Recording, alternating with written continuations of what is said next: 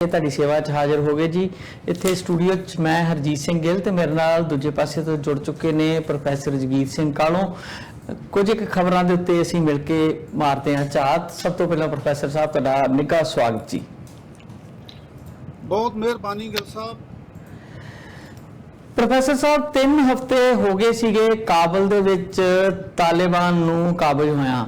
ਦੁਨੀਆ ਬੜੀ ਗੌਰ ਨਾਲ ਦੇਖ ਰਹੀ ਸੀ ਕਿ ਕੌਣ ਵਿਅਕਤੀ ਜਿਹੜੇ ਆ ਉਹ ਸਰਕਾਰ ਵਿੱਚ ਸ਼ਾਮਲ ਹੁੰਦੇ ਆ, ਕੀ ਇਹਨਾਂ ਦੇ ਧੜਿਆਂ ਦੇ ਵਿੱਚ ਕੋਈ ਖਿੱਚੋਤਾਣ ਹੈ ਕਿ ਨਹੀਂ।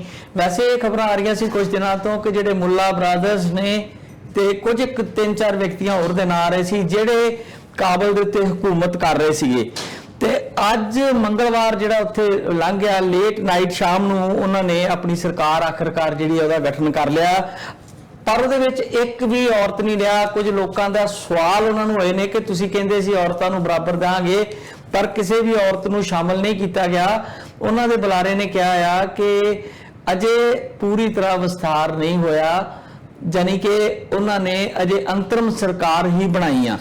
ਇਸ ਸਰਕਾਰ ਦੇ ਵਿੱਚ ਜਿਹੜੇ ਤਾਲਿਬਾਨ ਦੇ ਸੰਸਥਾਪਕ ਸੀਗੇ ਸ਼ੁਰੂਆਤੀ ਦੌਰ 'ਚ ਜਿਨ੍ਹਾਂ ਨੇ ਬਣਾਏ ਸੀਗਾ ਤਾਲਿਬਾਨ, ਉਹਨਾਂ 'ਚ ਇੱਕ ਮੁੱਲਾ ਮੁਹੰਮਦ ਹਸਨ ਅਖਵਟ ਉਹਨਾਂ ਦਾ ਨਾਂ ਆ। ਉਹਨਾਂ ਨੂੰ ਨਾ ਪ੍ਰਾਈਮ ਮਿਨਿਸਟਰ ਬਣਾਇਆ, ਮੁੱਲਾ ਅਬਦੁਲ ਗਨੀ ਨੂੰ ਡਿਪਟੀ ਪ੍ਰਾਈਮ ਮਿਨਿਸਟਰ ਬਣਾਇਆ, ਇੱਕ ਡਿਪਟੀ ਪ੍ਰਾਈਮ ਮਿਨਿਸਟਰ ਉਹਨਾਂ ਹੋਰ ਬਣਾਏ ਨੇ ਮੁੱਲਾ ਅਬਦੁਲ ਸਲਾਮ ਹਨਫੀ, ਤੇ ਰੱਖਿਆ ਮੰਤਰੀ ਬਣਾਇਆ ਜੀ ਮੁੱਲਾ ਯਕੂਬ ਰਾਨੂ, ਤੇ ਇੱਕ FBI ਦੀ ਲਿਸਟ ਤੇ ਵੱਡਾ ਟੈਰਰਿਸਟ ਹੈ ਜੀ ਸਰਾਜੁਦੀਨ ਹੱਕਾਨੀ, ਉਹਨੂੰ ਉਹਨਾਂ ਨੇ ਹੋਮ ਮਿਨਿਸਟਰ ਜਿਹੜਾ ਉਹ ਬਣਾਇਆ।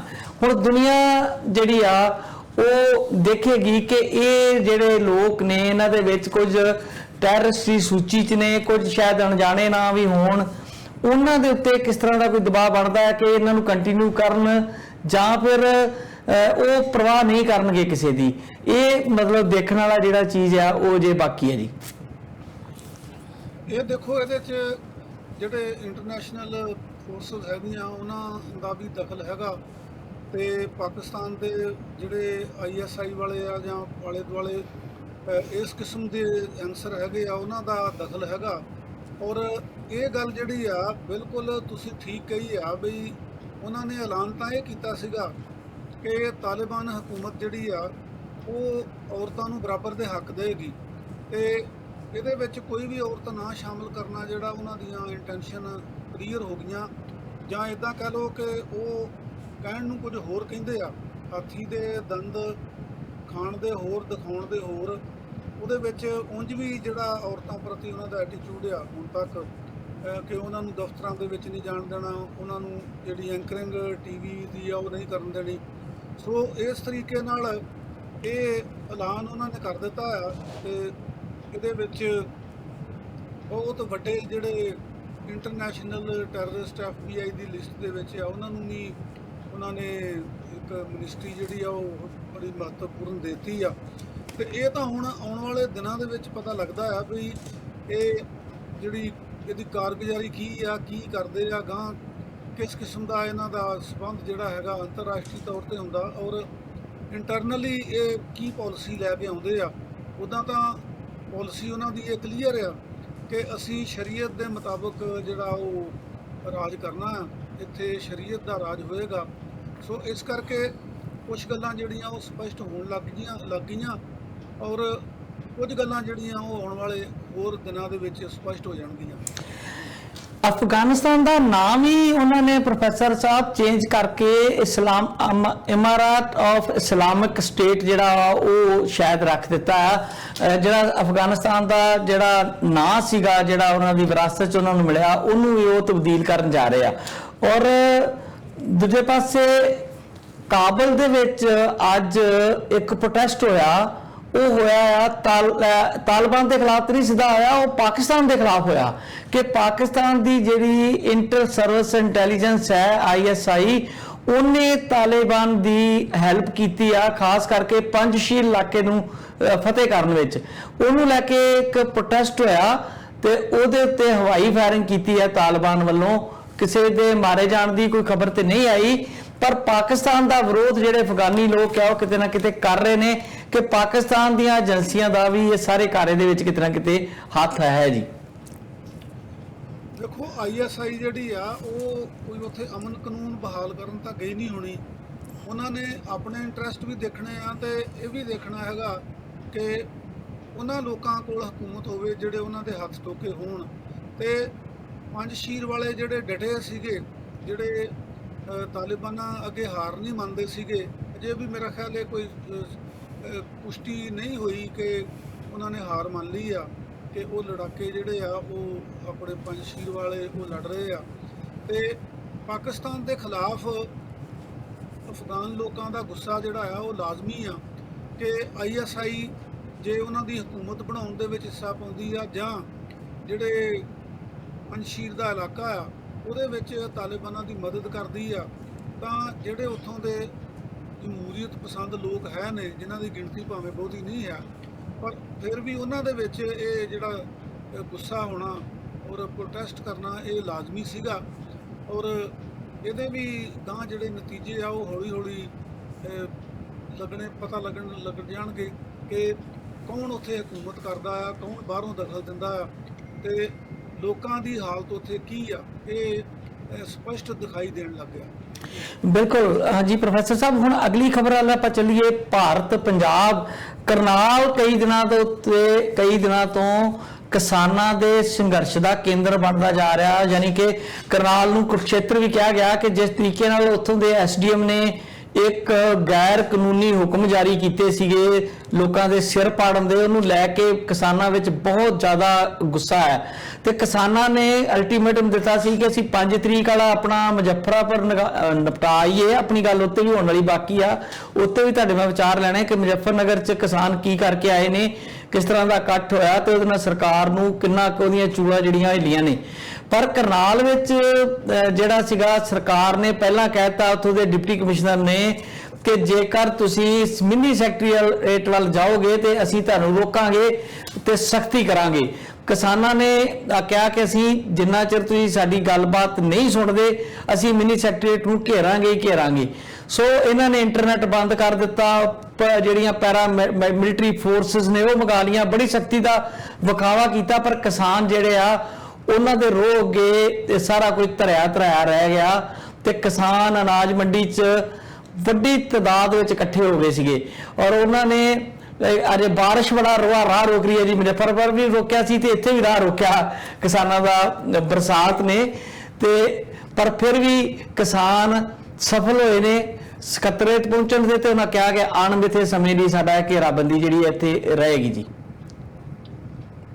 ਇਹ ਦੇਖੋ ਜੀ, ਜਿਹੜੀ ਕਰਨਾਲ ਦੀ ਘਟਨਾ ਸੀਗੀ ਜਿਹਦੇ ਵਿੱਚ ਉਹ SDM ਸਿਨਹਾ ਜਿਹੜਾ ਕਿ ਕਿਹਾ ਜਾਂਦਾ ਵੀ RSS ਦਾ ਜਿਹੜਾ ਇੱਕ ਮੁਖੀ ਹੈਗਾ, ਵੱਡਾ ਲੀਡਰ ਹੈ ਜਿਹੜਾ RSS ਦਾ, ਉਹਦਾ ਇਹ ਭਤੀਜਾ ਆ, ਤੇ ਉਹਨੇ ਇੱਕ ਤਰੀਕੇ ਨਾਲ ਇੱਕ ਜਿਹੜੀ ਐਡਮਿਨਿਸਟ੍ਰੇਸ਼ਨ ਆ ਪ੍ਰਬੰਧਕ ਦੇ ਤੌਰ ਤੇ ਉਦਣ ਕਰਨਾਲ ਦੇ ਵਿੱਚ ਜਿਹੜਾ ਉਹ ਕਾਰਜ ਨਹੀਂ ਕੀਤਾ, ਉਹਨੇ ਇੱਕ RSS ਦੇ ਨੁਮਾਇੰਦੇ ਦੇ ਤੌਰ ਦੇ ਉੱਤੇ ਕਾਰਜ ਕੀਤਾ ਆ। ਕਿਉਂਕਿ ਜਿਹੜੇ ਹਰਿਆਣੇ ਦੇ ਮੁੱਖ ਮੰਤਰੀ ਆ ਉਹ ਵੀ RSS ਚੋਂ ਆਏ ਹੈਗੇ ਆ, ਖਾਸ ਕਰਕੇ ਸਾਡੇ ਜਿਹੜੇ ਪ੍ਰਧਾਨ ਮੰਤਰੀ ਆ ਉਹਨਾਂ ਦੀ ਬਹੁਤ ਇਹਨਾਂ ਨਾਲ ਨੇੜਤਾ ਰਹੀ ਆ, ਤੇ ਉਹਨਾਂ ਨੇ ਇੱਕ RSS ਦੇ ਕਾਰਕੁਨ ਦੇ ਤੌਰ ਦੇ ਉੱਤੇ ਕਾਰਵਾਈ ਕਰਦੇ ਹੋਏ ਕਿਹਾ ਵੀ ਕਿ ਸਿਰ ਪਾੜ ਦਿਓ ਜੀ, ਲੱਤਾਂ ਤੋੜ ਦਿਓ ਜੀ, ਕੁਛ ਵੀ ਕਰ ਦਿਓ।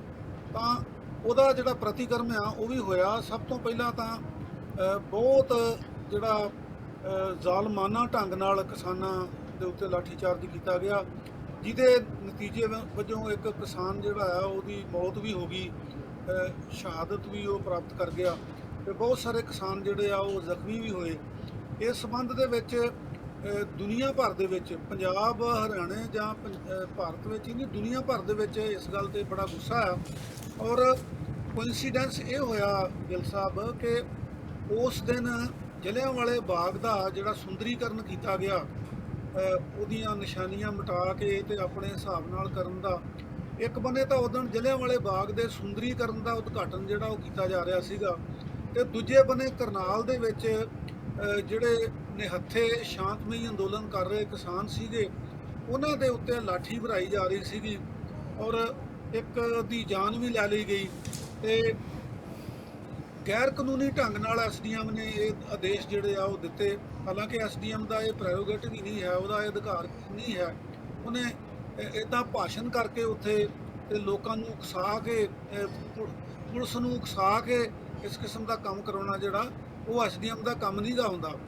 ਐਸਡੀਐਮ ਦਾ ਕੰਮ ਇਹ ਹੁੰਦਾ ਹੈਗਾ ਕਿ ਲਾ ਐਂਡ ਆਰਡਰ ਕਾਇਮ ਕਰਨਾ ਆ ਤੇ ਜਾਨ ਜਿਹੜੀ ਆ ਉਹ ਕੋਈ ਲੈਣ ਦਾ ਉਹਦਾ ਇਰਾਦਾ ਨਹੀਂ ਹੁੰਦਾ। ਪਰੰਤੂ ਉਹਨੇ ਇਹ ਗੱਲ ਜਿਹੜੀ ਕੀਤੀ ਆ ਤੇ ਉਧਰ ਕਿਉਂਕਿ ਜਲ੍ਹਿਆਂਵਾਲੇ ਬਾਗ ਦਾ ਸੁੰਦਰੀਕਰਨ ਦਾ ਉਦਘਾਟਨ ਹੋ ਰਿਹਾ ਸੀਗਾ, ਇਸ ਕਰਕੇ ਬਹੁਤ ਸਾਰੇ ਲੋਕਾਂ ਨੇ ਵਾਜਬ ਤੌਰ ਤੇ ਇਹ ਕਿਹਾ ਹੈਗਾ ਕਿ ਉਧਰ ਸੁੰਦਰੀਕਰਨ ਹੋ ਰਿਹਾ ਤੇ ਇੱਧਰ ਇੱਕ ਹੋਰ ਜਲ੍ਹਿਆਂਵਾਲਾ ਬਾਗ ਜਿਹੜਾ ਹੈਗਾ ਉਹ ਕਰਨਾਲ ਦੇ ਵਿੱਚ ਬਣਾਇਆ ਜਾ ਰਿਹਾ ਹੈਗਾ। ਸੋ ਇਹ ਬੜੀ ਮੰਗ ਉੱਠੀ, ਕਿਸਾਨਾਂ ਦੀ ਵੀ ਮੰਗ ਉੱਠੀ, ਲੋਕਾਂ ਦੀ ਵੀ ਮੰਗ ਉੱਠੀ।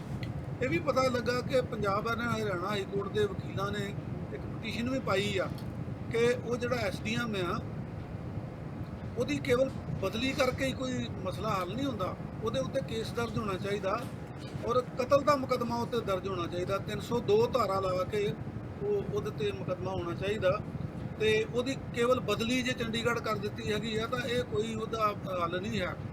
ਕਿਸਾਨਾਂ ਨੇ ਮੁਜ਼ੱਫਰਨਗਰ ਦੇ ਵਿੱਚ ਵੀ ਆਪਣੀ ਜਿਹੜੀ ਕਿਸਾਨ ਪੰਚਾਇਤ ਕੀਤੀ ਆ, ਮਹਾਂ ਕਿਸਾਨ ਪੰਚਾਇਤ, ਉਹਦੇ ਵਿੱਚ ਵੀ ਉਹਨਾਂ ਨੇ ਮੰਗ ਕੀਤੀ ਆ ਔਰ ਕਰਨਾਲ ਦੇ ਸਬੰਧ ਦੇ ਵਿੱਚ ਉਹਨਾਂ ਦੀ ਪਹਿਲੀ ਮੰਗ ਤਾਂ ਇਹ ਆ ਕਿ ਬਈ ਜਿਹੜਾ ਐਸਡੀਐਮ ਆ ਉਹਨੇ ਕਾਤਲਾਨਾ ਹਮਲਾ ਕੀਤਾ, ਇਸ ਕਰਕੇ ਉਹ ਕਾਤਲ ਆ ਜਿਹੜਾ ਕਿਸਾਨ ਜਿਹੜਾ ਹੈਗਾ ਜਿਹਦੀ ਮੌਤ ਹੋਈ ਆ ਉਹਦੇ ਕਤਲ ਦਾ ਮੁਕੱਦਮਾ ਉੱਤੇ ਦਰਜ ਹੋਵੇ। ਦੂਜਾ, ਲੋੜੋਂ ਵੱਧ ਜਿਹੜੇ ਪੁਲਿਸ ਅਧਿਕਾਰੀਆਂ ਨੇ ਵੱਧ ਕੇ ਆਪਣੀ ਦੁਰਵਰਤੋਂ ਕੀਤੀ ਆ ਉਹਨਾਂ ਦੀ ਇਨਕੁਆਇਰੀ ਹੋਵੇ ਔਰ ਜਿਹੜਾ ਕਿਸਾਨ ਸ਼ਹਾਦਤ ਪਾ ਗਿਆ, ਦੁਨੀਆ ਤੋਂ ਚਲਾ ਗਿਆ, ਉਹਦੇ ਪਰਿਵਾਰ ਦੇ ਗੁਜ਼ਾਰੇ ਲਈ ਇੱਕ ਤਾਂ 26 ਲੱਖ ਰੁਪਈਆ ਦਿੱਤਾ ਜਾਵੇ, ਦੂਜਾ ਉਹਨਾਂ ਦੇ ਪਰਿਵਾਰ ਨੂੰ ਨੌਕਰੀ ਦਿੱਤੀ ਜਾਵੇ ਤਾਂ ਕਿ ਉਹ ਸਰਵਾਈਵ ਕਰ ਸਕੇ ਤੇ ਬਾਕੀ ਜਿਹੜੀ ਹੈਗੀ ਆ ਉਹ ਜਿੰਨੀ ਜ਼ਿਆਦਤੀ ਹੋਈ ਆ ਉਹਦੀ ਇਨਕੁਆਇਰੀ ਕੀਤੀ ਜਾਵੇ।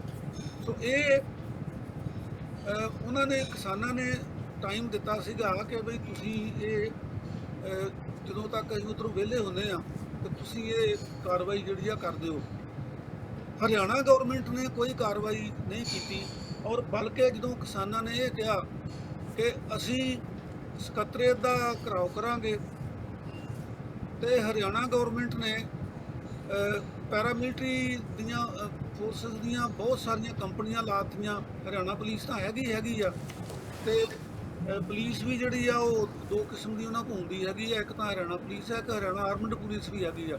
ਤੋ ਇਹ ਸਾਰਾ ਕਰਕੇ ਔਰ ਇੱਥੋਂ ਤੱਕ ਸਰਕਾਰ ਬੁਖਲਾਹਟ ਦੇ ਵਿੱਚ ਆ ਗਈ ਕਿ ਉਹਨਾਂ ਨੇ 4-5 ਜ਼ਿਲ੍ਹਿਆਂ ਦਾ ਜਿਹੜੇ ਕਰਨਾਲ ਦੇ ਆਲੇ ਦੁਆਲੇ ਲੱਗਦੇ ਆ ਉਹਨਾਂ ਦਾ ਇੰਟਰਨੈਟ ਵੀ ਬੰਦ ਕਰ ਦਿੱਤਾ ਕਿ ਤਾਂ ਕਿ ਕੋਈ ਜਿਹੜੀ ਸੂਚਨਾ ਵੀ ਆ ਉਹ ਬਾਹਰ ਨਾ ਜਾ ਸਕੇ, ਖਬਰ ਬਾਹਰ ਨਾ ਜਾ ਸਕੇ। ਪਰ ਕਿ ਜਿੱਦਾਂ ਨਾਅਰੇ ਲਾਉਂਦੇ ਰਹੇ ਆ, ਤੁਸੀਂ ਵੀ ਲਾਉਂਦੇ ਰਹੇ ਹੋਵੋਗੇ ਕਿ ਉੱਠ ਪੈਣ ਜਦ ਭੁੱਖੇ ਲੋਕ ਤੇ ਬੰਬ ਬੰਦੂਕਾਂ ਸਕਣ ਨਾ ਰੋਕ, ਹਾਂਜੀ ਉਹ ਬਥੇਰਾ ਜ਼ੋਰ ਲਾਇਆ ਪਰ ਉਹਨਾਂ ਨੇ ਕਿੰਨੇ ਸਾਰੇ ਨਾਕੇ ਲਾਤੇ, ਕਿੰਨੀ ਦੂਰ ਤੱਕ ਲਾਤੇ, ਪਰ ਕਿਸਾਨਾਂ ਦਾ ਇੰਨਾ ਵੱਡਾ ਹੜ੍ਹ, ਇੰਨਾ ਵੱਡਾ ਸੈਲਾਬ ਆ ਗਿਆ ਕਿ ਉਹਦੇ ਅੱਗੇ ਕੋਈ ਵੀ ਨਾਕਾ ਜਿਹੜਾ ਉਹ ਟਿਕ ਨਾ ਸਕਿਆ। ਔਰ ਇੱਕ ਗੱਲ ਜਿਹੜੀ ਆ ਉਹ ਹਰਿਆਣਾ ਜਿਹੜਾ ਪ੍ਰਸ਼ਾਸਨ ਆ ਉਹਨਾਂ ਨੇ ਥੋੜੀ ਜਿਹੀ ਅਕਲ ਦੀ ਗੱਲ ਜ਼ਰੂਰ ਕੀਤੀ ਆ ਕਿ ਉਹਨਾਂ ਨੇ ਕਨਫਰੰਟੇਸ਼ਨ ਜਿਹੜਾ ਕੋਈ ਟਕਰਾਓ ਦੀ ਗੱਲ ਛੱਡ ਕੇ ਤੇ ਉਹਨਾਂ ਨੇ ਬਹੁਤੇ ਥਾਵਾਂ ਦੇ ਉੱਤੇ ਜਿਹੜੇ ਕਿਸਾਨ ਆ ਉਹਨਾਂ ਨੂੰ ਨਾਕੇ ਤੋੜਨ ਦੀ ਜਾਂ ਨਾਕਿਆਂ ਥਾਣੀ ਲੰਘਣ ਦੀ ਇਜਾਜ਼ਤ ਜ਼ਰੂਰ ਦੇ ਦਿੱਤੀ। ਤੇ ਮੁੜ ਕੇ ਜਦੋਂ ਕਿਸਾਨ ਸ਼ਹਿਰ ਦੇ ਅੰਦਰ ਆਉਣ ਵੜੇ ਉਹਨਾਂ ਨੇ ਅਨਾਜ ਮੰਡੀ ਜਿਹੜੀ ਆ ਉਹ ਸ਼ੈਲਟਰ ਕੁਦਰਤੀ ਤੌਰ ਤੇ ਜਿੱਦਾਂ ਤੁਸੀਂ ਦੱਸਿਆ ਵੀ ਮੀਂਹ ਦਾ ਵੀ ਆ, ਉਹ ਮੀਂਹ ਤੋਂ ਬਚਾਅ ਵੀ ਉਹਨਾਂ ਨੇ ਕੀਤਾ ਉਹਦਾ ਸ਼ੈਲਟਰਸ ਨੇ। ਤੇ ਉਹਨਾਂ ਨੇ ਹੁਣ ਉੱਥੇ ਪੱਕਾ ਮੋਰਚਾ ਲਾ ਲਿਆ ਆ ਵੀ ਜਦ ਤੱਕ ਹਰਿਆਣਾ ਸਰਕਾਰ ਨਾਲ ਜਿਹੜੀਆਂ ਸਾਡੀਆਂ ਸੰਬੰਧਿਤ ਮੰਗਾਂ ਆ ਉਹ ਨਹੀਂ ਮੰਨੀਆਂ ਜਾਂਦੀਆਂ ਉਹਨਾਂ ਚਿਰ ਅਸੀਂ ਇੱਥੇ ਪੱਕਾ ਮੋਰਚਾ ਜਿਹੜਾ ਉਹ ਲਾਈ ਰੱਖਾਂਗੇ। ਔਰ ਮੈਂ ਸਮਝ ਰਿਹਾ ਕਿ ਪਿਛਲੇ ਦਿਨਾਂ ਦੇ ਵਿੱਚ 3 ਵੱਡੀਆਂ ਜਿਹੜੀਆਂ ਘਟਨਾਵਾਂ ਹੋਈਆਂ। ਇੱਕ ਤਾਂ ਪੰਜਾਬ ਦੇ ਕਿਸਾਨਾਂ ਨੇ ਜਿਹੜਾ ਗੰਨੇ ਦੀ ਕੀਮਤ ਸੰਘਰਸ਼ ਕਰਕੇ 360 ਰੁਪਏ ਕੁਇੰਟਲ ਕਰਾ ਲਈ, ਉਹ ਕਿਸਾਨਾਂ ਦੀ ਇੱਕ ਵੱਡੀ ਜਿੱਤ ਸੀਗੀ। ਉਹਨੇ ਕਿਸਾਨ ਮੋਰਚੇ ਨੂੰ ਬਹੁਤ ਹੌਸਲਾ ਵਧਾਇਆ, ਹਾਂਜੀ ਹੌਸਲਾ ਵਧਾਇਆ, ਹੁਲਾਰਾ ਦਿੱਤਾ। ਦੂਜੀ ਗੱਲ ਜਿਹੜੀ ਮੁਜ਼ੱਫਰਪੁਰ ਕੋਈ ਹਿਸਾਬ ਕਿਤਾਬ ਹੀ ਨਹੀਂ ਰਿਹਾ ਕਿ ਕਿੰਨੇ ਕਿਸਾਨ ਜਿਹੜੇ ਆ ਉਹ ਦੇਸ਼ ਭਰ 'ਚੋਂ ਉੱਥੇ ਆ ਗਏ ਆ। ਔਰ ਜੋ ਉਹਨਾਂ ਨੇ ਉੱਥੇ ਤਕਰੀਰਾਂ ਕੀਤੀਆਂ ਕਿਸਾਨ ਲੀਡਰਾਂ ਨੇ, ਉਹਨਾਂ ਦੇ ਵਿੱਚ ਉਹਨਾਂ ਨੇ ਕਿਸਾਨਾਂ ਦੀਆਂ ਮੰਗਾਂ ਦੀ ਗੱਲ ਕੀਤੀ ਆ, ਅੰਦੋਲਨ ਨੂੰ ਸ਼ਾਂਤੀ ਨਾਲ ਚਲਾਉਣ ਦੀ ਗੱਲ ਕੀਤੀ ਆ। ਔਰ ਮੁਜ਼ੱਫਰਪੁਰ ਦੇ ਵਿੱਚ ਹੀ ਗਿੱਲ ਸਾਹਿਬ ਜਿਹੜਾ ਟਕੈਤ ਨੇ ਨਾਅਰਾ ਲਾਇਆ ਹੈਗਾ ਕਿ ਅੱਲਾਹੂ ਅਕਬਰ ਤੇ ਹਰ ਹਰ ਮਹਾਦੇਵ, ਜਿਹਦਾ ਮਤਲਬ ਇਹ ਆ ਕਿ ਹਿੰਦੂਆਂ ਤੇ ਮੁਸਲਮਾਨਾਂ ਦੀ ਏਕਤਾ ਦਾ ਪ੍ਰਤੀਕ ਉਹਨੇ ਕੀਤਾ ਆ। ਔਰ ਸਾਡੇ ਕੁਝ ਮੀਡੀਆ ਵਾਲੇ ਗਿੱਲ ਸਾਹਿਬ ਇੰਨੇ ਕੁ ਸਿਆਣੇ ਆ ਕਿ ਉਹਨਾਂ ਨੇ ਟਕੈਤ ਹੋਰਾਂ ਦੇ ਜਿਹੜਾ ਨਾਅਰਾ ਲਾਇਆ ਉਹਦਾ ਇੱਕ ਹਿੱਸਾ ਤਾਂ ਉਹਨਾਂ ਨੇ ਕਹਿਤਾ ਬਈ ਇਹਨਾਂ ਨੇ ਜੀ ਅੱਲਾਹੂ ਅਕਬਰ ਕਿਹਾ ਹੈਗਾ, ਤੇ ਇਹ ਗੱਲ ਜਿਹੜੀ ਆ ਅਗਲੀ ਉਹਨਾਂ ਨੇ ਹਰ ਹਰ ਮਹਾਦੇਵ ਦੀ ਕਹੀ ਆ। ਹਿੰਦੂ ਮੁਸਲਿਮ ਏਕਤਾ ਦੀ ਜੈ ਜਿਹੜੀ ਕਹੀ ਆ ਉਹ ਉਹਨਾਂ ਨੇ ਕੀਤੀ ਨਹੀਂ। ਸੋ ਪੰਜਾਬ ਦੇ ਕਿਸਾਨਾਂ ਦਾ ਗੰਨੇ ਦਾ ਪਰ ਕੁਇੰਟਲ 360 ਰੁਪਏ ਕਰਾ ਲੈਣਾ, ਮੁਜ਼ੱਫਰਪੁਰ ਦੇ ਵਿੱਚ ਉਸ ਕਾਮਯਾਬੀ ਦਾ ਤੁਸੀਂ ਨਾਂ ਕੀ ਲਓਗੇ? ਮਤਲਬ ਕਿ ਬੇਹਿਸਾਬ ਜਿਹੜੀ ਕਾਮਯਾਬੀ ਆ ਉਹ ਹਾਸਲ ਹੋਈ ਆ।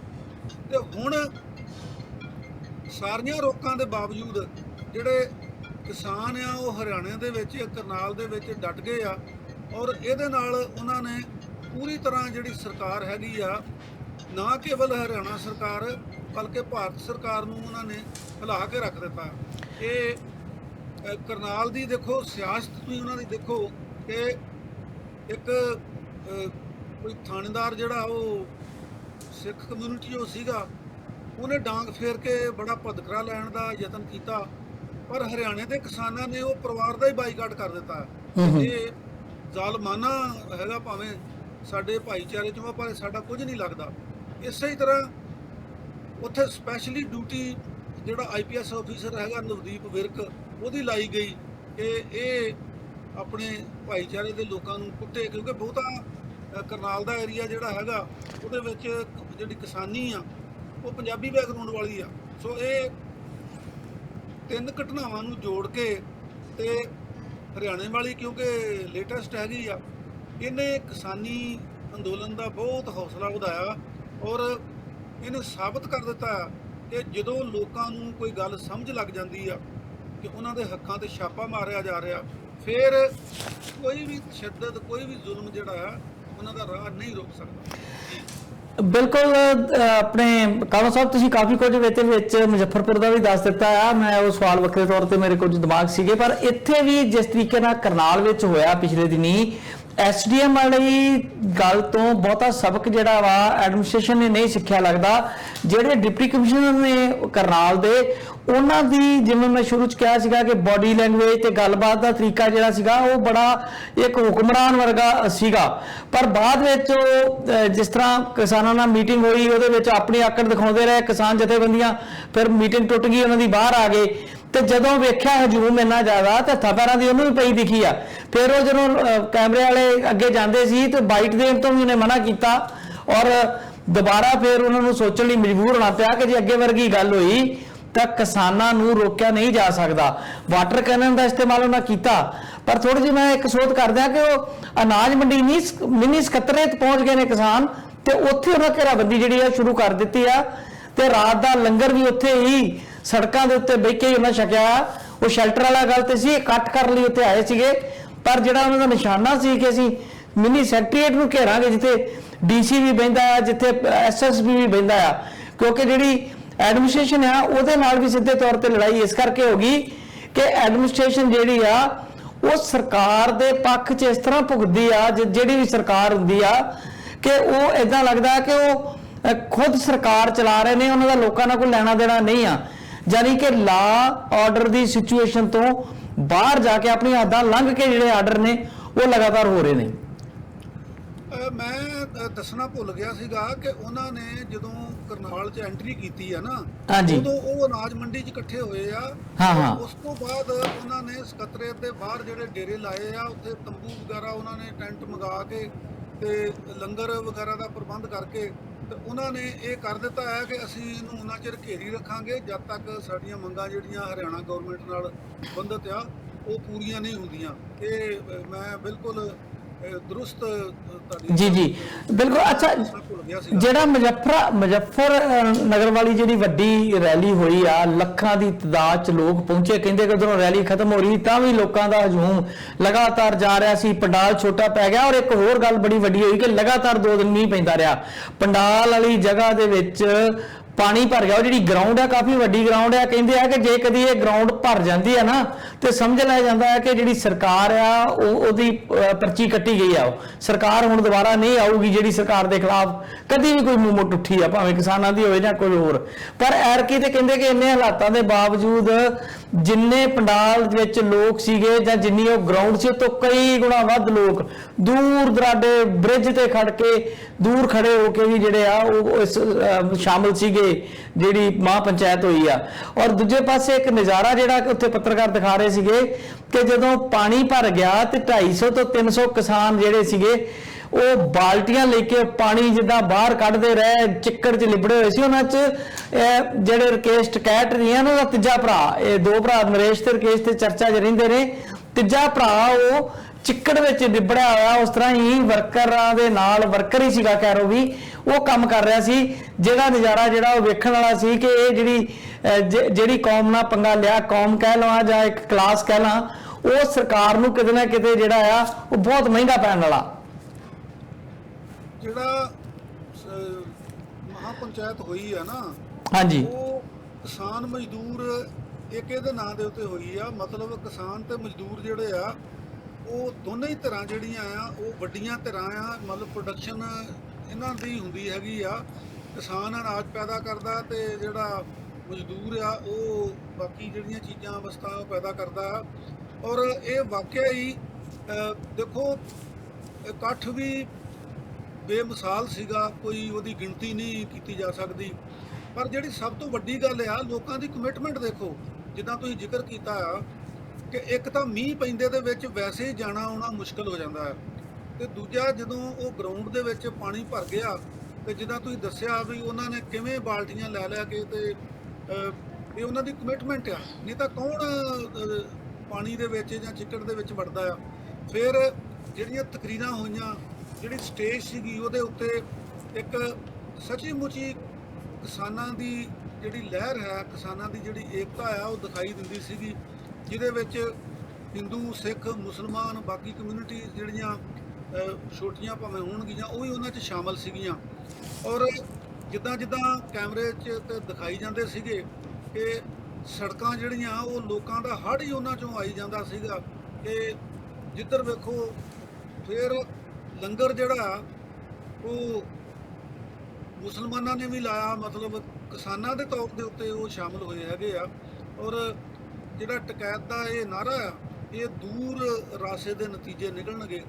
ਜਿਹੜਾ ਉਹਨੇ ਅੱਲਾਹੂ ਅਕਬਰ ਤੇ ਹਰ ਹਰ ਮਹਾਦੇਵ ਦਾ ਇਕੱਠਾ ਨਾਰਾ ਲਾਇਆ, ਜਦੋਂ ਕਿ ਸਾਨੂੰ ਪਤਾ ਆ ਕਿ ਦੇਸ਼ ਦੀ ਵੰਡ ਕਰਨ ਦੇ ਵਿੱਚ ਇਹਨਾਂ ਨਾਰਿਆਂ ਦਾ ਬੜਾ ਵੱਡਾ ਹੱਥ ਆ, ਕਿਉਂਕਿ ਇਹ ਇੱਕ ਦੂਜੇ ਦੇ ਵਿਰੁੱਧ ਲੱਗਦੇ ਸੀਗੇ।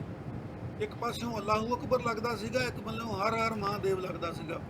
ਇਹ ਕਿਸਾਨਾਂ ਨੂੰ ਕ੍ਰੈਡਿਟ ਜਾਂਦਾ ਆ ਵੀ ਉਹਨਾਂ ਨੇ ਇਸ ਨਾਰੇ ਨੂੰ ਇਕੱਠਿਆਂ ਕਰ ਦਿੱਤਾ। ਦਾ ਮਤਲਬ ਇਹ ਆ ਕਿ ਦੋਨੇ ਜਿਹੜੇ ਭਾਈਚਾਰੇ ਆ ਉਹਨਾਂ ਨੂੰ ਇੱਕ ਕਰ ਦਿੱਤਾ ਔਰ ਇਹ ਕਹਿਤਾ ਬਈ ਸਾਡੀ ਧਰਮ ਦੀ, ਜਾਤ ਦੀ, ਇਲਾਕੇ ਦੀ, ਭਾਸ਼ਾ ਦੀ ਕਿਸੇ ਕਿਸਮ ਦੀ ਲੜਾਈ ਨਹੀਂ ਹੈ। ਸਾਡੀ ਲੜਾਈ ਆ ਜਿਹੜੀ ਕਿਸਾਨੀ ਦੀ, ਮਜ਼ਦੂਰਾਂ ਦੀ, ਆਮ ਲੋਕਾਂ ਦੀ ਲੁੱਟ ਹੋ ਰਹੀ ਆ, ਅਸੀਂ ਉਹਦੇ ਖਿਲਾਫ ਲੜ ਰਹੇ ਆ। ਤੇ ਉਹਨਾਂ ਨੇ ਕੋਈ ਇਹਦੇ 'ਚ ਭੁਲੇਖਾ ਨਹੀਂ ਰੱਖਿਆ। ਉਹਨਾਂ ਨੇ ਕਿਹਾ ਵੀ ਇਹ ਬੀਜੇਪੀ ਜਿਹੜੀ ਆ ਇਹ ਪੁਆੜੇ ਦੀ ਜੜ ਆ, ਇਹ ਕਾਰਪੋਰੇਟ ਦੀ ਗੋਲੀ ਆ, ਇਹਨੇ ਕਾਲੇ ਕਾਨੂੰਨ ਲਿਆਂਦੇ ਆ, ਅਸੀਂ ਇਹਦੀਆਂ ਜੜ੍ਹਾਂ ਪੁੱਟ ਕੇ ਹਟਾਂਗੇ। ਇਹਨੂੰ ਬੇਸ਼ੱਕ ਇਹ ਦੋਸ਼ ਵੀ ਲਾਇਆ ਗਿਆ ਕਿਸਾਨ ਲਹਿਰ ਤੇ ਵੀ ਅਗੇ ਇਹ ਤਾਂ ਜੀ ਪੋਲੀਟੀਕਲ ਹੋ ਗਈ ਆ। ਪੋਲੀਟੀਕਲ ਇਹਦੇ 'ਚ ਕਾਹਦੀ ਗੱਲ ਹੈਗੀ ਆ? ਜਿਹੜੇ ਮਤਲਬ ਕਾਨੂੰਨ ਲਿਆਉਣ ਵਾਲੇ ਆ, ਜਿਹੜੇ ਕਾਰਪੋਰੇਟ ਦੇ ਗੋਲੇ ਆ, ਉਹਨਾਂ ਨੇ ਨੰਗੇ ਕਰਨਾ ਹੀ ਕਰਨਾ ਹੈ। ਵੈਸੇ ਵੀ ਕਾਲੂ ਸਾਹਿਬ ਜਿਹੜਾ ਮੁਜ਼ੱਫਰ ਨਗਰ ਹੈ ਨਾ, ਉੱਥੇ ਦੀਆਂ ਘਟਨਾਵਾਂ ਨੂੰ ਜੇ ਬਹੁਤਾ ਦੇਰ ਨਹੀਂ ਹੋਇਆ, ਜਿੱਦਾਂ ਬੀਜੇਪੀ ਦੀ ਆਮਦ ਦੇ ਉੱਤੇ ਹੀ ਉਹਨਾਂ ਨੇ ਉੱਥੇ ਭਾਈਚਾਰੇ 'ਚ ਵੱਡੀ ਦਰਾੜ ਪੈਦਾ ਕੀਤੀ ਸੀ। ਇਹ ਵੀ ਇੱਕ ਕਿਸਮ ਦਾ ਉਹ ਬੀਜੇਪੀ ਨੂੰ ਜਵਾਬ ਸੀਗਾ ਕਿ ਤੁਸੀਂ ਸਾਨੂੰ ਤੋੜ ਰਹੇ ਹੋ, ਪਾੜ ਰਹੇ ਹੋ, ਅਸੀਂ ਜੋੜ ਕੇ ਦਿਖਾਵਾਂਗੇ। ਇਹ ਬਹੁਤ ਵੱਡੀ ਅਚੀਵਮੈਂਟ ਜਿਹੜੀ ਤੁਸੀਂ ਗਿਣਾ ਰਹੇ ਹੋ ਕੀਤੀ ਗਈ ਹੈ। ਮੈਨੂੰ ਵਾਕਈ ਇਹ ਗੱਲ ਜਿਹੜੀ ਹੈ ਇਹ ਬਹੁਤ ਅਹਿਮ ਹੈ, ਇਹਨੂੰ ਅਸੀਂ ਮੰਨਫੀ ਨਹੀਂ ਕਰ ਸਕਦੇ। ਔਰ ਦੂਜੀ ਗੱਲ ਜਿਹੜੀ ਕਹੀ ਜਾਂਦੀ ਹੈ ਨਾ ਕਾਲੂ ਸਾਹਿਬ ਕਿ ਕਿਸਾਨ ਤੇ ਮਜ਼ਦੂਰਾਂ ਦਾ ਸਾਂਝਾ ਇਕੱਠ ਸੀਗਾ, ਮੈਨੂੰ ਕਦੀ ਕਦੀ ਲੱਗਦਾ ਹੁੰਦਾ ਕਿ ਕਿਸਾਨ ਤੇ ਮਜ਼ਦੂਰ 'ਚ ਤੇ ਫਰਕ ਹੀ ਕੋਈ ਨਹੀਂ। ਜਿਹੜੀ ਖੇਤੀ ਆ 85% ਕਿਸਾਨ ਤੇ ਆ ਜਿਹੜਾ 4 5 3 2 ਏਕੜਾਂ ਦਾ ਮਾਲਕ ਆ, ਤੇ ਉਹਨਾਂ ਚੋਂ ਵੀ 60% ਦੇ ਕਰੀਬ ਇਹੋ ਜਿਹੇ ਜਿਹੜੇ ਇਸ ਵੇਲੇ 1.5 2 ਕਿੱਲਿਆਂ ਦੇ ਉੱਤੇ ਬੈਠੇ ਆ, ਕੁਝ ਮਰਲਿਆਂ ਦੇ ਬੈਠੇ ਆ, ਤੇ ਉਹ ਤੇ ਖੁਦ ਹੀ ਮਜ਼ਦੂਰ ਨੇ ਵਿਚਾਰੇ। ਆਪਣੀ ਖੇਤ ਭਾਵੇਂ ਉਹਦਾ ਆਪਣਾ ਆ, ਉੱਥੇ ਜਾ ਕੇ ਸਾਰਾ ਦਿਨ ਕਰਦੇ ਕੀ ਹੈ ਮਜ਼ਦੂਰੀ। ਸੋ ਕਿਸਾਨੀ ਤੇ ਮਜ਼ਦੂਰੀ ਨੂੰ ਨਿਖੇੜ ਕੇ ਵੇਖਿਆ ਹੀ ਨਹੀਂ ਜਾ ਸਕਦਾ। ਇਹ ਦੋ ਇੱਕ ਜੁੜਵੀਆਂ ਭੈਣਾਂ ਨੇ। ਹਾਲਾਂਕਿ ਉਹਦਾ ਪੁਰਾਣਾ ਸੰਸਕਾਰ ਆਪਾਂ ਸੀਰੀ ਵਾਲਾ ਜਾਂ ਸੀਗਾ ਉਹਦੇ ਵਿੱਚ ਲੱਗਦਾ ਹੁੰਦਾ ਸੀਗਾ ਕਿ ਕਿਸਾਨ ਮਾਲਕ ਆ ਤੇ ਉਹ ਮਜ਼ਦੂਰ ਹੈ, ਪਰ ਹੁਣ ਤੇ ਕਿਸਾਨ ਤੇ ਮਜ਼ਦੂਰ ਇੱਕ ਹੀ ਚੀਜ਼ ਦੇ ਦੋ ਪਹਿਲੂ ਨੇ, ਮੇਰੇ ਖਿਆਲ ਦੋ ਨਾਂ ਨੇ। ਗੱਲ ਗਿੱਲ ਸਾਹਿਬ ਤੁਸੀਂ ਦਰੁਸਤ ਕਹੀ ਆ। ਦੇਖੋ ਇਹ ਬਾਬੇ ਨਾਨਕ ਵਾਲਾ ਕਿਰਤੀ ਆ। ਹਾਂਜੀ, ਇਹਦਾ ਮਤਲਬ ਆ ਜਿਹੜਾ ਹੱਥੀਂ ਕੰਮ ਕਰਕੇ ਕਮਾਉਂਦਾ ਹੈਗਾ ਉਹ ਕਿਸਾਨ ਵੀ ਆ ਤੇ ਮਜ਼ਦੂਰ ਵੀ ਆ। ਔਰ ਭਾਈ ਸੰਤੋਖ ਸਿੰਘ ਕਿਰਤੀ ਜਿਨ੍ਹਾਂ ਨੇ ਲਹਿਰ ਚਲਾਈ ਸੀਗੀ, ਹਾਂਜੀ, ਕਿਸਾਨ ਪਾਰਟੀ ਜਿਨ੍ਹਾਂ ਨੇ ਬਣਾਈ ਸੀਗੀ, ਇਹ ਉਹਨਾਂ ਦਾ ਜਿਹੜੀ ਡੈਫੀਨੇਸ਼ਨ ਆ ਉਹਦੇ ਚ ਵੀ ਉਤਰਦਾ ਆ ਪੂਰਾ ਕਿ ਇਹ ਅਸਲ ਦੇ ਵਿੱਚ ਕਿਰਤੀ ਨੇ, ਵਰਕਿੰਗ ਕਲਾਸ ਆ। ਇਹ ਭਾਵੇਂ ਇਹ ਖੇਤਾਂ 'ਚ ਕੰਮ ਕਰਦੇ ਆ ਤੇ ਭਾਵੇਂ ਖੇਤ ਮਜ਼ਦੂਰ ਦੇ ਤੌਰ ਤੇ ਕੰਮ ਕਰਦੇ ਆ ਜਾਂ ਕਾਰਖਾਨਿਆਂ 'ਚ ਕੰਮ ਕਰਦੇ ਆ। ਸੋ ਇਹ ਇੱਕ ਬੜੀ ਵੱਡੀ ਗੱਲ ਆ। ਇਹ ਜਿਹੜਾ ਏਕਾ ਆ ਗਿੱਲ ਸਾਹਿਬ, ਇਹ ਕਾਮਰੇਡ ਬੜੀ ਦੇਰ ਦਾ ਨਾਅਰਾ ਲਾਉਂਦੇ ਕਿ ਦੁਨੀਆ ਭਰ ਦੇ ਮਜ਼ਦੂਰੋ ਇੱਕ ਹੋ ਜਾਓ। ਉਹ ਵੰਡ ਕੇ ਕਰਦੇ ਸੀਗੇ, ਕਲਾਸ ਦੀ ਵੰਡ ਕਰਦੇ ਸੀਗੇ। ਇਹ ਜਿਹੜੀ ਸੰਯੁਕਤ ਕਿਸਾਨ ਮੋਰਚੇ ਦੀ ਲਹਿਰ ਚੱਲੀ ਆ, ਜਿਹੜੀ ਹੁਣ ਜਿਹਦੀਆਂ ਆਪਾਂ ਗੱਲਾਂ ਕਰ ਰਹੇ ਆ, ਇਹਨੇ ਲੋਕਾਂ ਦੇ ਵਿੱਚ ਇਹ ਭਾਵਨਾ ਭਰ ਦਿੱਤੀ ਹੈਗੀ ਆ ਕਿ ਜੋ ਵੀ ਕਿਸੇ ਧਰਮ ਦੇ ਵਿੱਚ ਚੰਗਾ ਹੈ, ਖਾਸ ਕਰਕੇ ਬਾਬੇ ਨਾਨਕ ਨੇ ਜਿਹੜਾ ਸੰਦੇਸ਼ ਦਿੱਤਾ ਸੀਗਾ ਕਿਰਤ ਕਰੋ ਵਾਲਾ, ਤੇ ਕਿਰਤ ਕਰਕੇ ਮੁੜ ਕੇ ਵੰਡ ਛਕਣ ਵਾਲਾ ਜਿਹੜਾ ਹੈਗਾ ਕਿ ਡਿਸਟ੍ਰੀਬਿਊਸ਼ਨ ਵੀ ਜਿਹੜੀ ਉਹ ਬਰਾਬਰ ਹੋਣੀ ਚਾਹੀਦੀ ਆ। ਸੋ ਇਹ ਜਿਹੜੀ ਭਾਵਨਾ ਆ ਕਾਰਲ ਮਾਰਕਸ ਵਾਲੀ ਭਾਵਨਾ ਜਿਹੜੀ ਆ, ਇਹ ਉਹਦੇ ਤੋਂ ਡਿਫਰੈਂਟ ਆ। ਇਹ ਜਿਹੜੀ ਬਾਬੇ ਨਾਨਕ ਦੀ ਥਿਊਰੀ ਆ ਉਹ ਦੇਸ਼ ਦੀਆਂ ਜਿਹੜੀਆਂ ਜੜ੍ਹਾਂ ਆ ਉਹਨਾਂ ਨਾਲ ਜੁੜੀ ਆ, ਜਿਹੜੇ ਆਮ ਲੋਕ ਆ ਉਹਨਾਂ ਨਾਲ ਜੁੜੀ ਆ। ਤੇ ਇਹ ਹੁਣ 21ਵੀਂ ਸਦੀ ਦੇ ਵਿੱਚ ਇਹ ਸੰਯੁਕਤ ਕਿਸਾਨ ਮੋਰਚੇ ਨੇ ਇਹ ਸਾਬਤ ਕਰ ਦਿੱਤਾ ਆ ਕਿ ਜਿਹੜੀ ਏਕਤਾ ਹੈਗੀ ਆ ਉਹ ਜਮਾਤਾਂ ਦੀ ਹੋਵੇ, ਜਾਤਾਂ ਦੀ ਹੋਵੇ, ਧਰਮਾਂ ਦੀ ਹੋਵੇ, ਸੂਬਿਆਂ ਦੀ ਹੋਵੇ, ਉਹ ਅਮਲ ਦੇ ਵਿੱਚ ਹੁੰਦੀ ਆ। ਅਮਲ ਦੇ ਵਿੱਚ ਉਹਨਾਂ ਨੇ ਹਿੰਦੂ, ਸਿੱਖ, ਮੁਸਲਮਾਨ ਤੇ ਨਾਲ ਦੀ ਨਾਲ ਪੰਜਾਬੀ, ਹਰਿਆਣਵੀ, ਰਾਜਸਥਾਨੀ, ਜੋ ਮਤਲਬ ਸਟੇਟਾਂ ਹੈਗੀਆਂ ਭਾਰਤ ਦੀਆਂ, ਔਰ ਉਹਦੇ ਵਿੱਚ ਇੱਕ ਖਾਸ ਜ਼ਿਕਰ ਕੀਤਾ ਗਿਆ ਗਿੱਲ ਸਾਹਿਬ ਕਿ ਦੱਖਣ ਭਾਰਤ ਦਾ ਜਿਹੜਾ ਕਰਨਾਟਕ ਸੂਬਾ ਆ, ਉੱਥੋਂ ਕੋਈ ਲੇਡੀ ਆਈ ਸੀਗੀ, ਉਹਨੇ ਕੰਨੜ ਦੇ ਵਿੱਚ ਭਾਸ਼ਣ ਦਿੱਤਾ। ਹਾਂਜੀ, ਜਾਨੀ ਜੇ ਉਹ ਹਿੰਦੀ 'ਚ ਬੋਲਦੀ ਜਾਂ ਅੰਗਰੇਜ਼ੀ 'ਚ ਬੋਲਦੀ ਤੇ ਸ਼ਾਇਦ ਸਮਝਦੇ ਵੀ ਇੱਧਰ ਦੀ ਆ, ਤੇ ਮਤਲਬ ਕਿ ਸਾਊਥ ਤੋਂ ਸਾਊਥ ਤੱਕ ਜਿਹੜੇ ਹੈਗੇ ਆ ਉਹ ਕਿਸਾਨ ਆਏ ਸੀਗੇ। ਸੋ ਇਹ ਮੁਜ਼ੱਫਰਨਗਰ ਵਾਲੀ ਜਿਹੜੀ ਆ ਜੀ, ਜਿੱਦਾਂ ਮੈਂ ਤੁਹਾਨੂੰ ਪਹਿਲਾਂ ਦੱਸਿਆ ਵੀ 3 ਘਟਨਾਵਾਂ ਜਿਹੜੀਆਂ, ਗੰਨਾ ਜਿਹੜਾ ਪੰਜਾਬ ਦੇ ਮੁੱਲ ਵਧਾ ਲਿਆ, ਫਿਰ ਮੁਜ਼ੱਫਰਨਗਰ ਵਾਲੀ ਜਿਹੜੀ ਮਹਾ ਪੰਚਾਇਤ ਹੋ ਗਈ, ਤੇ ਹਰਿਆਣੇ ਦੀ ਜਿਹੜੀ ਭੂਤਰੀ ਸਰਕਾਰ ਆ ਜਿਹਨੇ RSS ਦੇ ਵਿੱਚ ਕਾਰਕੁਨ ਭਰਤੀ ਕੀਤੇ ਆ, ਔਰ RSS ਦੀ ਸਾਰੀ ਥਿਊਰੀ ਨਾ ਕੇਵਲ ਮੁੱਖ ਮੰਤਰੀ ਦੇ ਪੱਧਰ ਤੇ ਬਲਕਿ ਐਡਮਿਨਿਸਟ੍ਰੇਸ਼ਨ ਦੇ ਪ੍ਰਬੰਧ ਦੇ ਵਿੱਚ ਵੀ ਉਹ ਸੋੜੀ ਹੈਗੀ ਆ। ਜਿੱਦਾਂ ਤੁਸੀਂ ਦੱਸਿਆ ਵੀ ਡਿਪਟੀ ਕਮਿਸ਼ਨਰ ਜਿਹੜਾ ਆ, ਡਿਪਟੀ ਕਮਿਸ਼ਨਰ, SDM, SSP, ਇਹ ਕੌਣ ਨੇ?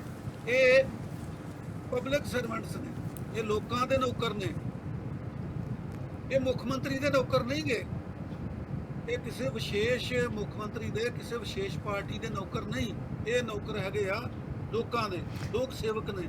ਸੋ ਇਹ ਲੋਕਾਂ ਦੀ ਤਾਕਤ ਨੇ ਉਹਨਾਂ ਨੂੰ ਇਹ ਅਹਿਸਾਸ ਕਰਾਤਾ ਕਿ ਬਈ ਤੁਸੀਂ ਸਾਡੇ ਸੇਵਕ ਹੋ, ਔਰ ਅਸੀਂ ਜਿਨ੍ਹਾਂ ਤੇ ਤੁਸੀਂ ਦੋਸ਼ ਲਾਉਂਦੇ ਹੋ ਬਈ ਇਹ ਜੀ ਕਿਸਾਨ ਹਿੰਸਕ ਨੇ, ਇਹ ਗੱਲ ਭੁੱਲ ਕੇ ਕਈ ਐਸਡੀਐਮ ਜਿਹੜਾ ਉਹ ਸੱਦਾ ਦੇ ਰਿਹਾ ਵੀ ਸਿਰ ਪਾੜ ਤੋਂ, ਉਹਨੂੰ ਛੱਡ ਕੇ ਜੀ ਕਿਸਾਨ ਜਿਹੜੇ ਆ ਉਹ ਹਮਲਾ ਕਰਦੇ ਸੀਗੇ, ਮਤਲਬ ਪੁਲਿਸ ਦੇ ਉੱਤੇ ਉਹ ਹਮਲਾ ਕਰਦੇ ਸੀਗੇ, ਜਦੋਂ ਕਿ ਕਿਸਾਨਾਂ ਦੀ ਸ਼ੁਰੂ ਤੋਂ ਹੀ ਇਹ ਲਾਈਨ ਹੈਗੀ ਆ। ਰਾਜੇਵਾਲ ਹੁਣੀ ਤੇ ਹੋਰ ਕਿਸਾਨ ਜਿਹੜੇ ਆ, ਖਾਸ ਕਰਕੇ ਰਾਜੇਵਾਲ ਜਿਹੜੇ ਕਿਸਾਨ ਆਗੂ ਆ, ਉਹ ਬਾਰ-ਬਾਰ ਕਹਿੰਦੇ ਆ ਕਿ ਅਸੀਂ ਅੰਦੋਲਨ ਦੇ ਸ਼ੁਰੂ 'ਚ ਹੀ ਕਹਿ ਦਿੱਤਾ ਸੀਗਾ ਕਿ ਜੇ ਅੰਦੋਲਨ ਅਹਿੰਸਕ ਰਹੇਗਾ, ਜੇ ਅਸੀਂ ਸ਼ਾਂਤੀ ਨਾਲ ਲੜਾਂਗੇ ਤੇ ਜਿੱਤਾਂਗੇ, ਤੇ ਜੇ ਅਸੀਂ ਹਿੰਸਾ 'ਚ ਪੈ ਗਏ ਫਿਰ ਸਰਕਾਰ ਜਿੱਤੇਗੀ। ਸੋ ਇਸ ਕਰਕੇ ਕਿਸਾਨਾਂ ਨੇ ਅਜੇ ਤੱਕ ਵੀ ਕੋਈ ਜਿਹੜਾ ਹੈਗਾ ਡਿਸਪਲਿਨ ਭੰਗ ਨਹੀਂ ਕੀਤਾ। ਉਹ ਲੀਡਰਸ਼ਿਪ ਦੇ ਇਹ ਤੇ ਚੱਲਦੇ ਆ, ਔਰ ਲੀਡਰਸ਼ਿਪ ਬਾਰ-ਬਾਰ ਕਹਿੰਦੀ ਆ ਕਿ ਭਾਈ ਸ਼ਾਂਤਮਈ ਰਹਿਣਾ, ਜੇ ਪੁਲਿਸ ਡਾਂਗ ਮਾਰਦੀ ਆ ਤੁਸੀਂ ਡਾਂਗ ਖਾਣੀ ਆ, ਡਾਂਗ ਨਾਲ ਜਵਾਬ ਨਹੀਂ ਦੇਣਾ ਹੁੰਦਾ। ਸੋ ਇਹ ਬੜੀ ਵੱਡੀ ਜਿੱਤ ਆ ਜੀ। ਕਾਲੂ ਸਾਹਿਬ, ਇੱਕ ਖਬਰ ਹੋਰ ਹੈ, ਮੈਂ ਉੱਤੇ ਬਾਅਦ ਚ ਆਉਣਾ ਵਾ, ਉਹ ਬੜੀ ਇੰਪੋਰਟੈਂਟ ਹੈ ਵੈਸੇ। ਉਹ ਵੀ ਜਿਹੜੀ ਸਰਕਾਰ ਨੇ ਇੱਕ ਕਮੇਟੀ ਬਣਾਈ ਸੀ, ਕਿਸਾਨ ਪੈਨਲ ਬਣਾਇਆ ਸੀ, ਜਿਸ ਤੋਂ ਭੁਪਿੰਦਰ ਮਾਨ ਜੀ ਬਾਹਰ ਗਏ ਸੀ, ਉਹਦੇ ਨਾਲ ਸੰਬੰਧਿਤ ਇੱਕ ਖਬਰ ਵੀ ਤੁਹਾਡੇ ਨਾਲ ਸਾਂਝੀ ਕਰਨੀ ਆ। ਉਹ ਤੋਂ ਪਹਿਲਾਂ ਮੈਂ ਜਿਹੜੀ ਤੁਸੀਂ ਗੱਲ ਛੇੜੀ ਹੈ ਨਾ ਕਿ ਕੰਨੜ ਭਾਸ਼ਾ ਦੇ ਵਿੱਚ ਭਾਸ਼ਣ ਕੀਤਾ, ਕੋਈ ਸਮਾਂ ਹੁੰਦਾ ਸੀਗਾ ਜਦੋਂ ਆਪਾਂ ਛੋਟੇ ਹੁੰਦੇ ਵੀ ਦੇਖਦੇ ਸੀ, ਕੋਈ ਫੌਜੀ ਮਦਰਾਸੀ ਜਾਂ ਤਾਮਿਲ ਬੋਲਣ ਵਾਲੇ ਜਾਂ ਇੱਧਰ, ਤੇ ਸਾਨੂੰ ਭਾਸ਼ਾ ਸਮਝ ਨਹੀਂ ਆਉਂਦੀ ਤੇ ਅਸੀਂ ਹੱਸਦੇ ਹੁੰਦੇ ਸੀ ਵੀ ਕਿਸ ਤਰ੍ਹਾਂ ਬੋਲਦੇ ਨੇ ਇਹ, ਕਈ ਵਾਰ ਉਹਨਾਂ ਦੀਆਂ ਸਾਂਗਾਂ ਤਾਰੀਆਂ ਜਾਂਦੀਆਂ ਸੀ। ਪਰ ਹੁਣ ਇਦਾਂ ਆ ਜਿੱਦਾਂ ਕਹਿੰਦੇ ਆ ਨਾ ਕਿ ਜਦੋਂ ਕਿਸੇ ਨਾਲ ਮੁਹੱਬਤ ਹੋਵੇ ਤੇ ਉਹ ਲੈਂਗੁਏਜ ਦਾ, ਇਲਾਕੇ ਦੇ ਸਾਰੇ ਬੈਰੀਅਰ ਟੁੱਟ ਜਾਂਦੇ ਆ। ਜਦੋਂ ਰੋਂਦੇ ਆ ਤੇ ਉਹਦੀ ਇੱਕੋ ਹੀ ਭਾਸ਼ਾ ਹੁੰਦੀ ਆ, ਜਦੋਂ ਹੱਸਦੇ ਆ ਤਾਂ ਇੱਕੋ ਹੀ ਭਾਸ਼ਾ ਹੁੰਦੀ ਆ। ਤੇ ਹੁਣ ਜਿਸ ਤਰੀਕੇ ਨਾਲ ਠਰਮੇ ਨਾਲ ਕਿਸਾਨਾਂ ਨੇ ਜਿਹੜੀ ਉਹ ਚੀਜ਼ ਸਮਝ ਵੀ ਨਹੀਂ ਸੀ ਆ ਰਹੀ, ਉਹਨੂੰ ਮਾਣਿਆ ਤੇ ਨਾਰੇ ਜਾ ਲਾਏ ਨੇ, ਤੇ ਸ਼ਾਂਤ ਚ ਧੋ ਕੇ ਉਹ ਕੰਨੜ ਭਾਸ਼ਾ ਨੂੰ ਹੀ ਸੁਣਦੇ ਰਹੇ। ਇਹ ਤੋਂ ਲੱਗਦਾ ਹੈ ਕਿ ਜਿਹੜੀ ਕਿਸਾਨੀ ਦੀ ਅੰਦਰ ਦੀ ਸਪਿਰਿਟ ਆ, ਭਾਵੇਂ ਕੋਈ ਸਾਊਥ ਚੋਂ ਆਇਆ, ਚਾਹੇ ਕੋਈ ਨਾਰਥ ਚੋਂ ਆ, ਚਾਹੇ ਕੋਈ ਕਿਸੇ ਪਾਸਿਓਂ ਵੀ ਆ, ਉਹਨਾਂ ਦਾ ਦਰਦ ਇੱਕੋ ਜਿਹਾ, ਦਰਦ ਦੀ ਜਿਹੜੀ ਪੀੜ ਹੁੰਦੀ ਆ ਉਹ ਇੱਕੋ ਜਿਹੀ ਹੁੰਦੀ ਆ, ਤੇ ਉਹਦੀ ਸਮਝ ਸਾਰਿਆਂ ਨੂੰ ਆ ਜਾਂਦੀ ਆ। ਜਦੋਂ ਦਰਦ ਦੀ ਚੀਕ ਨਿਕਲਦੀ ਆ ਨਾ, ਉਹਦੀ ਵੀ ਕੋਈ ਭਾਸ਼ਾ ਨਹੀਂ ਹੁੰਦੀ, ਹਾਸੇ ਦੀ ਵੀ ਕੋਈ ਭਾਸ਼ਾ ਨਹੀਂ ਹੁੰਦੀ, ਪਿਆਰ ਦੀ ਕੋਈ ਭਾਸ਼ਾ ਨਹੀਂ ਹੁੰਦੀ। ਇਸੇ ਤਰ੍ਹਾਂ ਲੱਗਦਾ ਕਿ ਜਿਹੜੀ ਦਰਦ ਦੀ ਭਾਸ਼ਾ ਨਾ, ਇਹ ਵੀ ਸਾਰਿਆਂ ਦੀ ਇੱਕ ਹੀ ਆ। ਜਿਹੜੀ ਤੁਸੀਂ ਗੱਲ ਕਹੀ ਆ ਨਾ ਜੀ, ਇਹ ਕਿਉਂਕਿ ਮੈਂ ਭਾਸ਼ਾ ਦਾ ਵਿਦਿਆਰਥੀ ਆ, ਲਿਟਰੇਚਰ ਦਾ ਵਿਦਿਆਰਥੀ ਆ। ਹਾਂਜੀ। ਜਿਹੜੀਆਂ ਦ੍ਰੈਵਿਡੀਅਨ ਭਾਸ਼ਾ ਆ ਨਾ 4, ਹਾਂਜੀ, ਜਿਨ੍ਹਾਂ ਦੇ ਵਿੱਚ ਕੰਨੜ ਤੇ ਤੇਲਗੂ, ਤਾਮਿਲ ਤੇ ਮਲਿਆਲਮ, ਹਾਂਜੀ, ਕੇਰਲ, ਆਂਧਰਾ ਪ੍ਰਦੇਸ਼, ਤਾਮਿਲਨਾਡੂ ਤੇ ਕਰਨਾਟਕਾ ਦੀਆਂ ਜਿਹੜੀਆਂ ਭਾਸ਼ਾਵਾਂ ਆ, ਇਹਨਾਂ ਨੂੰ ਦ੍ਰੈਵਿਡੀਅਨ ਭਾਸ਼ਾਵਾਂ ਕਹਿੰਦੇ ਆ ਜੀ ਜੀ ਜੀ ਜੀ। ਇਹਨਾਂ ਬਾਰੇ ਮਖੌਲ ਕਰਦੇ ਹੁੰਦੇ ਸੀ ਸਾਡੇ, ਜਦੋਂ ਅਸੀਂ ਵੀ ਨਿਆਣੇ ਸੀਗੇ। ਹਾਂਜੀ, ਇਹ ਗੜਵੇ ਦੇ ਵਿੱਚ ਰੋਡ ਪਾ ਦਿਓ ਤੇ ਉਹਨੂੰ ਹਾਂ ਬਿਲਕੁਲ ਬਿਲਕੁਲ, ਉਹੀ ਮੈਨੂੰ ਯਾਦ ਆ ਰਿਹਾ ਸੀਗਾ ਜੀ। ਹਾਂਜੀ, ਇਹ ਭਾਸ਼ਾ ਬਣ ਜਾਂਦੀ ਆ। ਸੋ ਮਤਲਬ ਕਹਿਣ ਦਾ ਇਹ ਆ ਕਿ ਦਰੁਸਤ ਕਿਹਾ ਤੁਸੀਂ ਵੀ ਉਹ ਕੋਈ ਹੁਣ ਮਦਰਾਸੀ ਜਾਂ ਭਈਆ ਪੰਜਾਬੀ ਜਿਹੜੇ ਆ ਪਹਿਲਾਂ ਡੈਰੋਗੇਟਰੀ ਸ਼ਬਦ ਵਾਂਗੂ ਵਰਤਦੇ ਹੁੰਦੇ ਸੀਗੇ, ਤੇ ਹੁਣ ਯੂਪੀ ਵਾਲਿਆਂ ਨੂੰ ਪਿਆਰ ਕਰ ਰਹੇ ਆ, ਤਾਮਿਲਨਾਡੂ ਵਾਲਿਆਂ ਨੂੰ ਪਿਆਰ ਕਰ ਰਹੇ ਆ। ਸੋ ਇਹ ਯਾਨੀ ਇਹ ਬੜਾ ਇੱਕ ਖੋਜ ਦਾ ਵਿਸ਼ਾ ਆ ਵੀ ਕਿਸਾਨ ਮੂਵਮੈਂਟ ਨੇ ਕਿੰਨੀਆਂ ਗੱਲਾਂ ਪੋਜ਼ਿਟਿਵ ਜਿਹੜੀਆਂ ਆ ਉਹ ਸੋਸਾਇਟੀ ਦੇ ਵਿੱਚ ਲੈ ਆਉਂਦੀਆਂ ਨੇ। ਇਹ ਪ੍ਰੋਫੈਸਰ ਸਾਹਿਬ ਤੁਸੀਂ ਕਹਿੰਦੇ ਹੁੰਦੇ ਹੋ, ਸੁਸ਼ੀਲ ਵੀ ਕਹਿੰਦੇ ਹੁੰਦੇ ਆ ਕਿ ਆਉਣ ਵਾਲੇ ਸਮੇਂ 'ਚ ਇਤਿਹਾਸ ਜਿਹੜਾ ਬਣ ਰਿਹਾ ਨਾ, ਇਹ ਬੜੇ ਬੜੇ ਲੋਕਾਂ ਲਈ ਅੱਗੇ ਆਪਣੀ ਜਿਹੜੀ ਖੋਜ ਵਾਲੀਆਂ ਸਟੱਡੀ ਆ, ਯੂਨੀਵਰਸਿਟੀਆਂ ਦੇ ਸਿਲੇਬਸ ਆ, ਉਹਦਾ ਹਿੱਸਾ ਬਣਨਾ ਆ। ਔਰ ਇਹ ਨਰਿੰਦਰ ਮੋਦੀ ਦਾ ਨਾਮ ਵੀ ਮੈਨੂੰ ਲੱਗਦਾ ਹੁਣ ਰਹਿੰਦੀ ਦੁਨੀਆ ਤੱਕ ਰਹਿ ਜਾਣਾ। ਰਾਵਣ ਦਾ ਵੀ ਰਿਹਾ ਆ, ਹੋਰ ਬਥੇਰੇ ਰਾਖਸ਼ਰਾਂ ਦਾ ਵੀ ਰਿਹਾ ਵਾ। ਮੋਦੀ ਰੀ ਸ਼ਾਇਦ ਉਸ ਕੈਟਾਗਰੀ ਦਾ ਇੱਕ ਨਾਇਕ ਵਜੋਂ ਸਾਰੀ ਦੁਨੀਆ 'ਚ, ਜਿੰਨਾ ਚਿਰ ਦੁਨੀਆ ਜਾਂ ਭਾਰਤ ਵਿੱਚ ਕੋਈ ਗੱਲ ਚੱਲਦੀ ਹੈ ਤਾਂ ਮੋਦੀ ਦਾ ਜ਼ਿਕਰ ਜ਼ਰੂਰ ਆਏਗਾ, ਇੱਕ ਸਿੰਬਲ ਦੇ ਤੌਰ ਤੇ। ਉਹਦੀ ਜਮਾਤ ਦਾ ਵੀ ਜ਼ਿਕਰ ਆਏਗਾ ਪੂਰੇ ਦਾ ਪੂਰਾ। ਔਰ ਜਦੋਂ ਲੋਕ ਖੋਜ ਕਰਿਆ ਕਰਨਗੇ ਤੇ ਨਾਲ ਇਹਨਾਂ ਤੇ ਤਿਰਸਕਾਰ ਵੀ ਕਰਿਆ ਕਰਨਗੇ ਕਿ ਕਿਹੋ ਜਿਹੇ ਲੋਕ ਸੀਗੇ ਉਸ ਸਮੇਂ। ਜਿੱਦਾਂ ਗੁਰੂ ਗੋਬਿੰਦ ਸਿੰਘ ਦੇ ਨਾਮ ਲੈਵਾ ਸਾਰੀ ਦੁਨੀਆ 'ਚ ਹੈਗੇ ਆ ਜੀ, ਤੇ ਉਹ ਜਦੋਂ ਗੁਰੂ ਗੋਬਿੰਦ ਸਿੰਘ ਹੋਰਾਂ ਦਾ ਜ਼ਿਕਰ ਆਉਂਦਾ ਤੇ ਨਾਲ ਫਿਰ ਔਰੰਗਜ਼ੇਬ ਜੀ, ਬਿਲਕੁਲ ਬਿਲਕੁਲ। ਇਸ ਕਰਕੇ ਇਹਨਾਂ ਦਾ ਉਸ ਖਾਤੇ ਦੇ ਵਿੱਚ ਜਿਹੜਾ ਉਹ ਨਾਂ ਲਿਆ ਜਾਇਆ ਕਰੂਗਾ। ਅੱਛਾ, ਇੱਕ ਖਬਰ ਜਿਹੜੀ ਮੈਂ ਤੁਹਾਨੂੰ ਸਾਂਝੀ ਕਰਨੀ ਚਾਹੁੰਦਾ, ਸਰਕਾਰ ਨੇ ਇੱਕ ਚਾਲ ਚੱਲੀ ਸੀਗੀ ਕਿ ਕਿਸਾਨਾਂ ਦੀਆਂ ਮੰਗਾਂ ਲਈ ਇੱਕ ਪੈਨਲ ਬਣਾ ਦਿੱਤਾ ਜੀ ਅਸੀਂ ਕੁਝ ਕਿਸਾਨਾਂ ਦਾ, ਤੇ ਉਹ ਸਰਕਾਰ ਨੂੰ ਰਿਪੋਰਟ ਦੇਗਾ ਤੇ ਉਹਦੇ ਮੁਤਾਬਕ ਕਾਰਵਾਈ ਕਰਾਂਗੇ। ਹਾਲਾ ਸੁਪਰੀਮ ਕੋਰਟ ਨੇ ਉਹਦੇ ਕਾਨੂੰਨ ਆ ਉਹਨਾਂ ਨੂੰ ਬੰਦ ਕੀਤਾ ਹੋਇਆ, ਕਾਨੂੰਨ ਲਾਗੂ ਤੇ ਅਜੇ ਕਿਤੇ ਹੋਏ ਨਹੀਂ, ਨਾ ਹੋ ਸਕਣੇ ਆ, ਨਾ ਇਹਨਾਂ ਦੀ ਤਾਕਤ ਹੈ ਬੀਜੇਪੀ ਵਾਲਿਆਂ ਦੀ ਕਿ ਉਹ ਜ਼ਬਰਦਸਤੀ ਇਹਨੂੰ ਲਾਗੂ ਕਰ ਦੇਣ, ਜਿੱਦਾਂ ਸੀਏ ਜਾਂ ਦੂਜਿਆਂ ਮਾਮਲਿਆਂ 'ਚ ਇਹਨਾਂ ਕੀਤਾ। ਇੱਥੇ ਨਾ ਸਾਰੇ ਹੱਥ ਕੰਡੇ ਵਰਤ ਕੇ ਵੇਖ ਲਏ ਆ, ਤੇ ਕਿਤੇ ਨਾ ਕਿਤੇ ਇਹਨਾਂ ਨੂੰ ਲੱਗਦਾ ਕਿ ਹੁਣ ਇਹ ਇਸ ਜਾਲ 'ਚੋਂ ਨਿਕਲਣ ਕਿੱਦਾਂ, ਜਿੱਥੇ ਫਸ ਗਏ ਨੇ ਖੁਦ ਹੀ ਫਸਾ ਕੇ। ਸੋ ਉਹਨਾਂ ਦੇ ਵਿੱਚੋਂ ਇੱਕ ਮੈਂਬਰ ਹੈ ਜੀ, ਉਹਨਾਂ ਦਾ ਨਾਮ ਹੈ ਅਨਿਲ ਘਨਵਤ। ਤੁਹਾਨੂੰ ਯਾਦ ਹੈ ਭੁਪਿੰਦਰ ਸਿੰਘ ਮਾਨ ਜਿਹੜੇ ਪੈਨਲ 'ਚੋਂ ਅਸਤੀਫਾ ਦੇ ਕੇ ਬਾਹਰ ਹੋ ਗਏ ਸੀਗੇ ਲੋਕਾਂ ਦੇ ਪ੍ਰੈਸ਼ਰ ਅੱਗੇ, ਉਹਨਾਂ ਨੇ ਸੁਪਰੀਮ ਕੋਰਟ ਦੇ ਚੀਫ ਜਸਟਿਸ ਨੂੰ ਚਿੱਠੀ ਲਿਖੀ ਆ ਕਿ ਅਸੀਂ ਜਿਹੜੀ ਰਿਪੋਰਟ ਦਿੱਤੀ ਸੀਗੀ, ਜਿਹੜੀਆਂ ਸਾਡੀਆਂ ਫਾਈਂਡਿੰਗ ਸੀਗੀਆਂ, ਉਹਦੇ ਵਿੱਚ ਕਈ ਮਸਲੇ ਕਿਸਾਨਾਂ ਦੇ ਐਸੇ ਆ ਜਿਹੜੇ ਕਿਸਾਨ ਅੰਦੋਲਨਕਾਰੀ ਨੇ ਉਹ ਜ਼ਰੂਰ ਉੱਤੇ ਵਿਚਾਰ ਕਰ ਸਕਦੇ ਆ, ਉਹਨਾਂ ਨੂੰ ਲੱਗੂਗਾ ਕਿ ਅਸੀਂ ਠੀਕ ਪੈਸੇ ਦਿੱਤੇ ਆ, ਉਹਨੂੰ ਜਨਤਕ ਕਿਉਂ ਨਹੀਂ ਕਰ ਰਹੇ ਤੁਸੀਂ। ਚੀਫ ਜਸਟਿਸ ਨੂੰ ਉਹਨਾਂ ਦੇ ਗੁਹਾਰ ਲਾਈ ਆ ਕਿ ਸਾਡੀ ਰਿਪੋਰਟ ਨੂੰ ਜਨਤਕ ਕਰੋ ਤਾਂ ਕਿ ਪਤਾ ਲੱਗੇ ਕਿ ਅਸੀਂ ਵੀ ਤੁਹਾਨੂੰ ਕੀ ਕਹਿਣਾ ਚਾਹੁੰਦੇ ਆ, ਸਰਕਾਰ ਨੂੰ ਪੇਸ਼ ਕਰੋ। ਹੋ ਸਕਦਾ ਕੋਈ ਨੁਕਤੇ ਉੱਚ ਇਹ ਹੋਣ ਜਿਹੜੇ ਇਸ ਅੰਦੋਲਨ ਦੇ ਵਿੱਚ ਉੱਠੇ ਆ ਤੇ ਅਸੀਂ ਉਹਨਾਂ ਦਾ ਸੋਲੂਸ਼ਨ ਵੀ ਦੱਸਿਆ ਹੋਇਆ।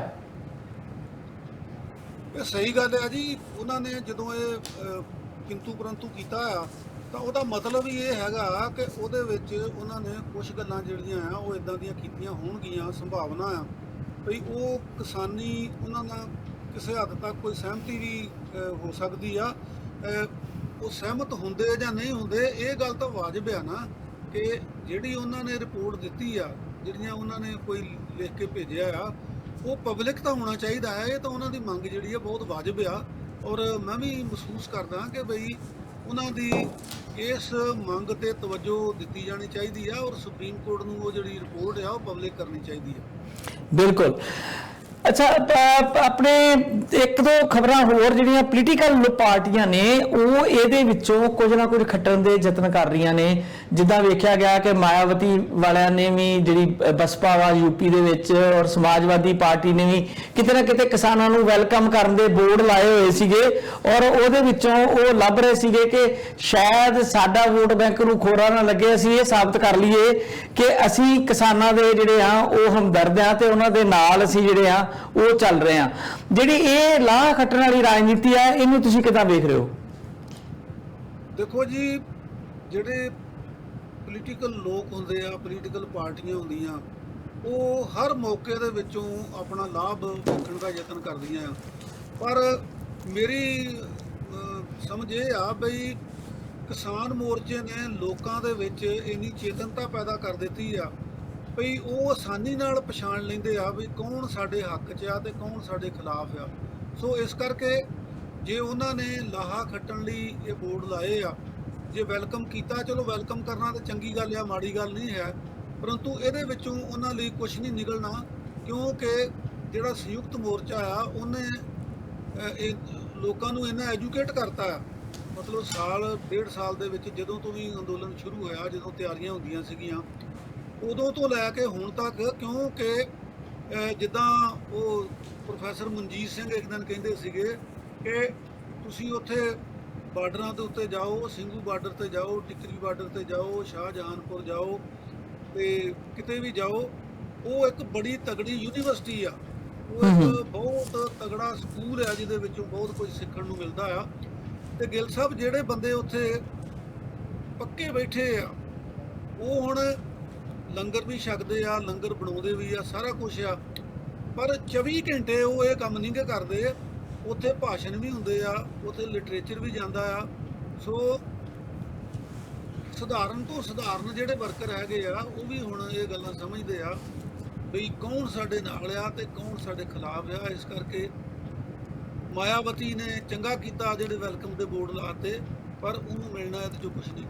ਹਾਂਜੀ, ਅੱਛਾ, ਇਹ ਇਕੱਲੀ ਮਾਇਆਵਤੀ ਤੱਕ ਸੀਮਿਤ ਨਹੀਂ ਆ, ਨੈਸ਼ਨਲ ਪਾਰਟੀਆਂ ਵੀ। ਰਾਹੁਲ ਗਾਂਧੀ ਨੇ ਅੱਜ ਇੱਕ ਟਵੀਟ ਕੀਤਾ ਆ, ਤੁਹਾਨੂੰ ਯਾਦ ਹੋਣਾ ਜਦੋਂ ਨਰਿੰਦਰ ਮੋਦੀ ਬਨਾਰਸ ਵਿੱਚ ਚੋਣ ਲੜਨ ਆਇਆ ਸੀ ਤੇ ਵੱਡਾ ਨਾਰਾ ਬਣਿਆ ਸੀਗਾ ਹਰ ਹਰ ਮੋਦੀ ਘਰ ਘਰ ਮੋਦੀ, ਤੇ ਹੁਣ ਨਾਰਾ ਦਿੱਤਾ ਟਵੀਟ ਕਰਕੇ ਰਾਹੁਲ ਗਾਂਧੀ ਨੇ ਹਰ ਹਰ ਅੰਨਦਾਤਾ ਘਰ ਘਰ ਅੰਨਦਾਤਾ, ਯਾਨੀ ਕਿ ਹਰ ਵਿਅਕਤੀ ਇੱਥੋਂ ਕੁਝ ਨਾ ਕੁਝ ਆਪਣੀ ਝੋਲੀ 'ਚ ਪਾਉਣ ਦੀ ਤਾਕ ਵਿੱਚ ਬੈਠਾ ਹੋਇਆ ਆ, ਤੇ ਅੰਨਦਾਤੇ ਨੂੰ ਇੱਥੇ ਤੱਕ ਪਹੁੰਚਾਉਣ 'ਚ ਰਾਹੁਲ ਗਾਂਧੀ ਦੀ ਪਾਰਟੀ ਦਾ ਤੇ ਵਡੇਰਿਆਂ ਦਾ ਵੀ ਕਾਫੀ ਯੋਗਦਾਨ ਆ। ਕਿਸਾਨਾਂ ਨੂੰ ਉਹ ਵੀ ਨਹੀਂ ਭੁੱਲਿਆ ਹੋਇਆ। ਇਹਦੇ ਚ ਗਿੱਲ ਸਾਹਿਬ ਇਦਾਂ ਆ ਵੀ ਪਛਾਣ ਨੂੰ ਜਾਣ ਦੀ ਬਜਾਏ ਨਾ ਸਵਾਲ ਇਹ ਆ ਵੀ ਆਪਾਂ ਵਰਤਮਾਨ ਦੀ ਗੱਲ ਕਰੀਏ। ਇਹ ਵਰਤਮਾਨ ਦੇ ਵਿੱਚ ਜਿਹੜੇ ਕਿਸਾਨ ਆ ਇਹਨੂੰ ਇਸ ਤਰ੍ਹਾਂ ਲਓ ਤੁਸੀਂ ਕਿ ਕਿਸਾਨਾਂ ਨੇ ਉਹਨਾਂ ਪੋਲੀਟੀਕਲ ਪਾਰਟੀਆਂ ਨੂੰ ਵੀ ਮਜਬੂਰ ਕਰ ਦਿੱਤਾ ਹੈ ਜਿਹੜੀਆਂ ਕਦੇ ਕਿਸਾਨਾਂ ਦੇ ਖਿਲਾਫ ਭੁਗਤੀਆਂ ਰਹੀਆਂ ਆ। ਉਹਨਾਂ ਨੂੰ ਇਸ ਅੰਦੋਲਨ ਨੇ ਮਜਬੂਰ ਕੀਤਾ ਆ। ਇਸ ਅੰਦੋਲਨ ਦੀ ਜਿਹੜੀ ਪ੍ਰਾਪਤੀ ਹੈ ਵੀ ਇੱਕ ਇਹ ਵੀ ਪ੍ਰਾਪਤੀ ਆ ਕਿ ਇਹਨੇ ਸਾਰੀਆਂ ਰਾਜਨੀਤਿਕ ਪਾਰਟੀਆਂ ਨੂੰ ਇਸ ਗੱਲ ਲਈ ਮਜਬੂਰ ਕੀਤਾ ਆ ਕਿ ਉਹ ਇਹ ਸੋਚਣ, ਕਿਸਾਨ ਲੀਡਰ ਜਿਹੜੇ ਆ ਨਾ ਕਹਿੰਦੇ ਆ ਵੀ ਅਸੀਂ ਇਹ ਸਬਕ ਕਿੱਥੋਂ ਸਿੱਖਿਆ ਸੀਗਾ ਵੀ ਇਕੱਠੇ ਹੋ ਕੇ ਤੁਰੀਏ। ਕਹਿੰਦੇ ਵੀ ਅਸੀਂ ਕਿਤੇ ਰਾਜਧਾਨੀ ਮੁਜ਼ਾਹਰਾ ਕਰ ਦਿੰਦੇ ਸੀਗੇ, ਲਾਠੀ ਚਾਰਜ ਹੋ ਜਾਂਦਾ ਸੀਗਾ, ਕੇਸ ਬਣ ਜਾਂਦੇ ਸੀਗੇ ਤੇ ਮੁੜ ਕੇ ਮੰਗਾਂ ਤਾਂ ਰਹਿ ਜਾਂਦੀਆਂ ਸੀਗੀਆਂ ਪਾਸੇ, ਤੇ ਕੇਸ ਵਾਪਸ ਲਓ ਜੀ, ਸਾਡੇ ਜਿਹੜੇ ਬੰਦੇ ਫੜੇ ਆ ਉਹਨਾਂ ਨੂੰ ਛੱਡੋ ਜੀ, ਇਸ ਤਰ੍ਹਾਂ ਦੀਆਂ। ਉਹਨਾਂ ਨੇ ਕਿਹਾ ਵੀ ਇਹਦੇ ਨਾਲੋਂ ਆਪਾਂ ਲੋਕਾਂ ਨੂੰ ਐਜੂਕੇਟ ਕਰੀਏ। ਔਰ ਉਹਨਾਂ ਨੇ ਤੁਹਾਨੂੰ ਪਤਾ ਵੀ ਹੌਲੀ ਹੌਲੀ ਉਹ ਪੰਜਾਬ 'ਚ ਇਕੱਠੇ ਹੋਏ, ਪੰਜਾਬ ਤੋਂ ਹਰਿਆਣੇ 'ਚ ਆਏ, ਫਿਰ ਦਿੱਲੀ ਦੇ ਬਾਰਡਰਾਂ 'ਤੇ ਬੈਠੇ। ਸੋ ਇਹ ਜਿਹੜੀਆਂ ਪੋਲੀਟੀਕਲ ਪਾਰਟੀਆਂ ਦੀ ਗੱਲ ਹੈ ਨਾ ਜੀ, ਇਹਨੂੰ ਪੋਜ਼ੀਟਿਵ ਲੈਣਾ ਚਾਹੀਦਾ ਆ ਕਿ ਉਹਨਾਂ ਨੇ ਲਰਨ ਕੀਤਾ ਕਿ ਅਸੀਂ ਜੇ ਕਿਸਾਨਾਂ ਦੀ ਹਮਾਇਤ ਨਹੀਂ ਕਰਦੇ ਰਹੇ, ਕਿਸਾਨਾਂ ਨਾਲ ਖੜੇ ਨਹੀਂ ਹੁੰਦੇ ਰਹੇ, ਤਾਂ ਇਹ ਸਾਡੀ ਗਲਤੀ ਸੀਗੀ। ਜੇ ਅੱਜ ਉਹ ਕਿਸਾਨ ਨੂੰ ਅੰਨਦਾਤਾ ਕਹਿ ਕੇ ਸਤਿਕਾਰ ਦਿੰਦੇ ਆ ਤਾਂ ਮੋਸਟ ਵੈਲਕਮ ਆ, ਚੰਗੀ ਗੱਲ ਆ ਕਿ ਜਿਹੜਾ ਦੇਸ਼ ਆ ਸਾਰੇ ਦਾ ਸਾਰਾ ਉਹ ਇਕੱਠਾ ਹੋ ਰਿਹਾ। ਔਰ ਅੱਜ ਮੇਰਾ ਖਿਆਲ ਬੀਜੇਪੀ ਨੂੰ ਛੱਡ ਕੇ ਬਾਕੀ ਕੋਈ ਵੀ ਪੋਲੀਟੀਕਲ ਪਾਰਟੀ ਜਿਹੜੀ ਆ ਉਹ ਐਸੀ ਨਹੀਂ ਜਿਹੜੀ ਕਿਸਾਨ ਮੂਵਮੈਂਟ ਦਾ ਵਿਰੋਧ ਕਰੇ। ਵਿਰੋਧ ਤਾਂ ਕੀ ਕਰਨਾ, ਸਾਰੀਆਂ ਕਿਸਾਨ ਲਹਿਰ ਦੇ ਹੱਕ 'ਚ ਆ ਗਈਆਂ ਨੇ। ਇਹ ਕਿਸਾਨੀ ਲਹਿਰ ਦੀ ਇੱਕ ਬਹੁਤ ਵੱਡੀ ਪ੍ਰਾਪਤੀ ਹੈ। ਜੀ ਬਿਲਕੁਲ, ਤੇ ਤੁਹਾਡੇ ਇਸੇ ਪੋਜ਼ਿਟਿਵ ਨੋਟ ਦੇ ਉੱਤੇ ਅੱਜ ਦਾ ਆਪਾਂ ਪ੍ਰੋਗਰਾਮ ਖਤਮ ਕਰਦੇ ਹਾਂ। ਵਾਕਿਆ ਹੀ ਕਿਸਾਨ ਮੂਵਮੈਂਟ ਨੇ ਜਿਹੜੀਆਂ ਧਿਰਾਂ ਕਦੀ ਬਹੁਤ ਜ਼ਿਆਦਾ ਹਾਕਮ ਤਰ੍ਹਾਂ ਦੇ ਵਿਹਾਰ ਕਰਦੀਆਂ ਸੀਗੀਆਂ, ਉਹਨਾਂ ਨੂੰ ਵੀ ਮਜਬੂਰ ਕਰ ਦਿੱਤਾ ਹੈ ਕਿ ਇਹਨਾਂ ਲੋਕਾਂ ਦੀ ਜਿਹੜੇ ਫਕੀਰਾਂ ਦੇ ਭੇਸ 'ਚ ਨੇ ਲੋਕ, ਜਿਹੜੇ ਸੜਕ 'ਤੇ ਬਹਿ ਕੇ ਰੋਟੀ ਵੀ ਖਾ ਸਕਦੇ ਆ, ਸੜਕ 'ਤੇ ਸੌਂ ਵੀ ਸਕਦੇ ਆ, ਸਖਤ ਧੁੱਪਾਂ ਨੂੰ ਵੀ ਜਰ ਸਕਦੇ ਆ, ਵਰਦੇ ਮੀਂਹ 'ਚ ਤੂਫਾਨਾਂ 'ਚ ਵੀ ਬੈਠ ਸਕਦੇ ਆ, ਠੰਡ ਕੜਕੜਾਉਂਦੀ ਠੰਡ ਵਿੱਚ ਵੀ ਉਹਨਾਂ ਤੇ ਕੋਈ ਅਸਰ ਨਹੀਂ ਹੁੰਦਾ। ਇਹਨਾਂ ਲੋਕਾਂ ਦੀ ਗੱਲ ਨਾ ਸੁਣੀ ਤੇ ਫਿਰ ਸਾਡੀਆਂ ਵੀ ਜੜ੍ਹਾਂ ਕਿਤੇ ਨਾ ਕਿਤੇ ਪੁੱਟੀਆਂ ਜਾਣਗੀਆਂ। ਸੋ ਤੁਹਾਡਾ ਬਹੁਤ ਧੰਨਵਾਦ। ਤੁਹਾਡੇ ਇਸ ਨੋਟ ਨਾਲ ਅਸੀਂ ਜਿਹੜਾ ਅੱਜ ਦਾ ਪ੍ਰੋਗਰਾਮ ਇਜਾਜ਼ਤ ਲੈਂਦੇ ਤੁਹਾਡੇ ਕੋਲ ਜੀ। ਬਹੁਤ ਸ਼ੁਕਰੀਆ ਜੀ, ਧੰਨਵਾਦ ਜੀ।